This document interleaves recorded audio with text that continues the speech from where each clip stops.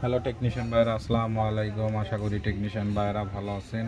আপনাদের দোয়া আল্লাহর রহমতে আমি ভালো আছি। তো টেকনিশিয়ান ভাইরা, এই মুহূর্তে আমার হাতে একটি আইটেল কোম্পানির একটি সেট বাটন ফোন আছে।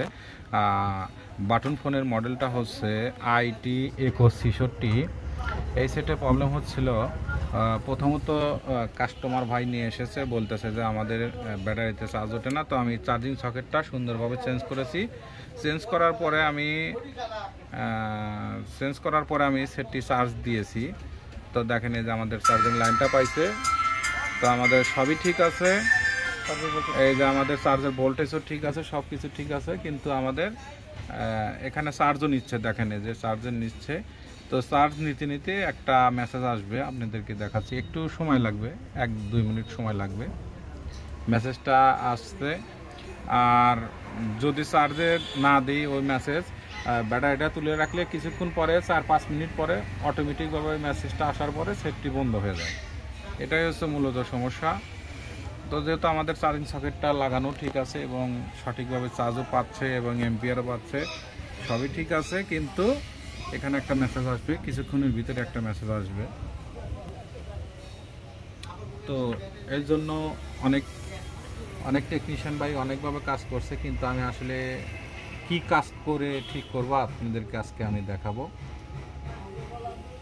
আসলে সমস্যা যে জায়গা থেকে হয়, তো সেই জায়গা থেকেই ফাইন্ড আউট করতে হয়। তো যদি আপনি সমস্যার সমাধান নাই করতে পারেন, এই যে আমাদের মেসেজটা চলে আসছে এবং আমাদের এই যে এম্পিয়ারটা নাই, আর এখানে ব্যাটারি টু টেম্পোরারি, এই দেখেন এই যে মেসেজটা, এটাই হচ্ছে মূলত সমস্যা। তো দেখেন আর কোনো প্রকারে চার্জ উঠবে না, স্টপ, এখানে স্টপ, এখানে স্টপ, এই দেখেন। তো এটাই হচ্ছে মূলত সমস্যা। এর জন্য অনেক টেকনিশিয়ান ভাই অনেকভাবে কাজ করার চেষ্টা করছে। তো আপনাদেরকে আজকে আমি কাজ করে দেখাবো আসলে সমস্যাটা কোথায় থেকে। তো তো এর জন্য কাস্টমার নতুন ব্যাটারিও কিনেছে। তো তারপরে আমার কাছে এসে চার্জিং সকেটটা নষ্ট হয়ে গেছিলো, আমি চার্জিং সকেটটা চেঞ্জও করে দিয়েছি। তো আসলে এটা প্রবলেমটা কোথা থেকে, তো দেখেন এই যে, তো এইভাবে হ্যাং হয়ে থাকে, আবার কেটে দিলে চলে যায়। যাই হোক, আবার আমি চার্জ দিয়ে আপনাদেরকে দেখাবো যে আসলে আবার মেসেজটা আছে কিনা। তো দেখেন এই যে চলে আসছে। তো আসলে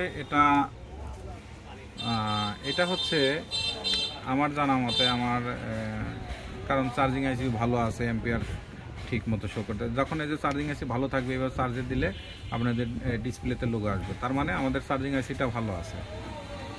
তো এই যে আমাদের চার্জিং আইসিটা ভালো আছে। তো আমাদের কাছে অরিজিনাল একটা ব্যাটারি আছে, এটা দিয়ে আমরা আজকে আপনাদেরকে টেস্ট করে দেখাবো। এই যে অরিজিনাল, এটা কিনা ব্যাটারি আর এটা অরিজিনাল ব্যাটারি। তো আমি অরিজিনাল ব্যাটারিটা দিয়ে আমি আপনাদেরকে চেক করে দেখাবো। আসলে মূলত সমস্যা ছিল, এই ব্যাটারিটা নষ্ট হয়ে গেছিলো। ব্যাটারিটা নষ্ট হওয়ার পরে মার্কেট থেকে ব্যাটারিটা কেনার পরে থেকে এই সমস্যা।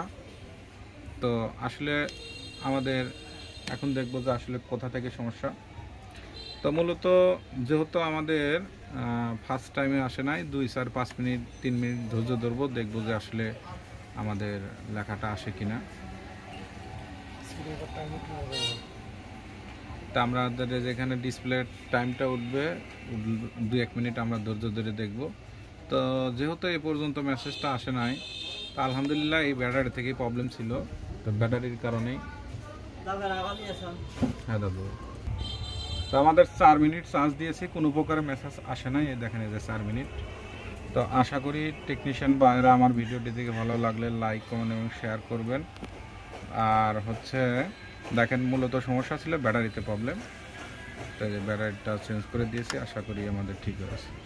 তো আজকের মতো ভিডিও এখানে শেষ। আসসালামু আলাইকুম।